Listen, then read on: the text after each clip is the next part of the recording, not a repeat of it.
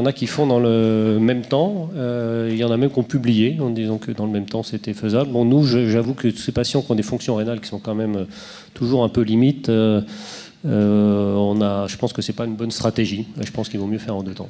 On avait regardé ça, nous, dans Pragmatique, et les patients qui avaient de façon combinée l'angioplastie et le TAVI avaient une propension à saigner plus que ceux qui avaient un geste unique, parce que ça devient une procédure beaucoup plus complexe, avec un niveau d'anticoagulation un peu plus important, et un degré d'antiagrégation plaquettaire plus exigeant. Donc en fait, on a l'impression qu'ils saignent un peu plus. Et ça résume encore une fois l'aspect complication technologique et ensuite la complication médicale. Le cas précédent également, vous êtes allé vers une complication que la technologie nous permet de réaliser, et ensuite votre problème philosophique a été de débattre sur quelle anticoagulation pour protéger cette procédure compliquée. Donc il faut penser ça vraiment en amont, parce que, à mon avis, aujourd'hui, en 2015, on peut tout combiner, mais tout. En même temps, pas en même temps. Le tout, c'est de savoir à la fin comment le patient, lui, on lui a amélioré son cadre de vie. Point. Ok. Laurent, dernier sujet choisi. Moi, j'ai essayé de tenir le temps de parole. Merci pour l'invitation des organisateurs et de Medtronic. Je vais enchaîner. On vient de parler du rétrécissement aortique et des tritronculaires, enfin des malades pluritronculaires. On va parler du rétrécissement aortique et de la cardiomyopathie hypertrophique. Donc une pathologie peut en cacher une autre. Donc je vais vous présenter un cas clinique. C'est un patient plus jeune que ceux que l'on vient de voir. Donc il a une phocomélie, ce patient. Donc il a aménagé sur le plan professionnel. Il est équilibré. Et en 1998, à l'âge de 60 ans, il développe une fuite aortique sévère avec un anévrisme à 50 mm de l'aorte ascendante et des coronaires normales. Patient un petit peu réfractaire à une chirurgie, il est traité dans un premier temps médicalement pendant 2 années.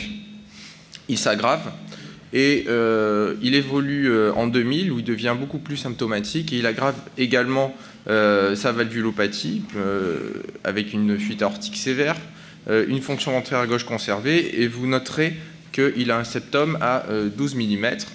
Donc après discussion, il est retenu une indication d'un remplacement valvulaire aortique par une Edwards Carpentier de 23 mm, pas de geste associé sur l'aorte ascendante. En péropératoire, on a un orifice qui semble macroscopiquement remanié, calcifié, avec un prolapsus des 3 sigmoïdes. Et l'anapathe confirme une dégénérescence fibrocalcifiée avec des zones d'évolution myxoïde. L'échographie de sortie est relativement satisfaisante, mais on note un petit gradient moyen transvalvulaire à 14 mm de mercure sans fuite. Il reste asymptomatique pendant 12 ans. Et ce patient va évoluer en 2011 vers une dyspnée stade 2 avec une tension équilibrée et une échographie qui se modifie franchement, puisqu'on voit qu'on a un gradient moyen qui monte à 20 mm de mercure sans IAO, et on a un septum qui s'épaissit à 21 mm avec une fonction ventriculaire gauche encore conservée.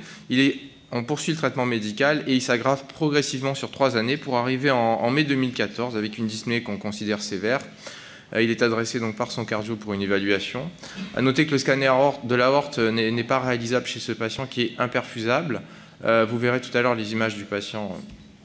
Donc sur l'angiographie, on note que son aorte s'est franchement dilatée avec 54 mm sur l'aorte thoracique ascendante avec des sinus à 43 mm.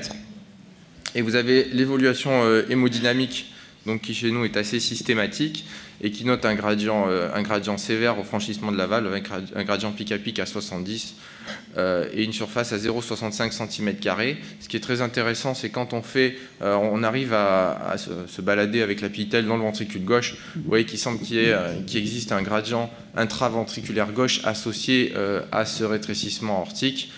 Sur quelques extrasystoles, on voit encore plus. Donc sur la ventriculographie, on voit une fuite mitrale modérée, on voit très bien le bourrelet avec l'obstruction dans la chambre de chasse du ventricule gauche.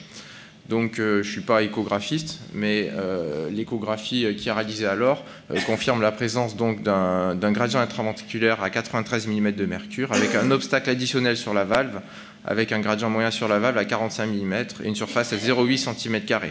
Donc on se trouve devant un rétrécissement aortique associé à une cardiomyopathie obstructive sévère. Donc avant de laisser la place à la discussion médico-chirurgicale, Gilbert Habib va nous présenter quelques quelques diapositives sur la cardiopathie hypertrophique. Tu peux peut-être revenir sur l'écho pour qu'il nous commente l'écho, peut-être. Peut-être l'écho, non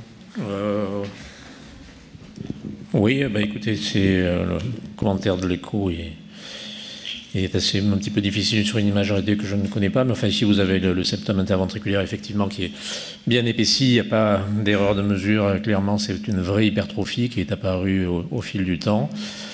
Ici ce qui est caractéristique, c'est que vous avez la prothèse qui est ici, les feuillets de la prothèse qui sont ici, la valve mitrale est ici, l'oreillette gauche est ici, je pense que vous avez la flèche qui est bien visible. Et ce qui est intéressant de voir, c'est que les turbulences que vous voyez sous la forme d'un changement de couleur, bon, désolé, on change un peu de style, on fait un peu d'échographie, c'est un peu différent. Ça vous détend un peu. Ça nous fait du bien. Ça fait du bien.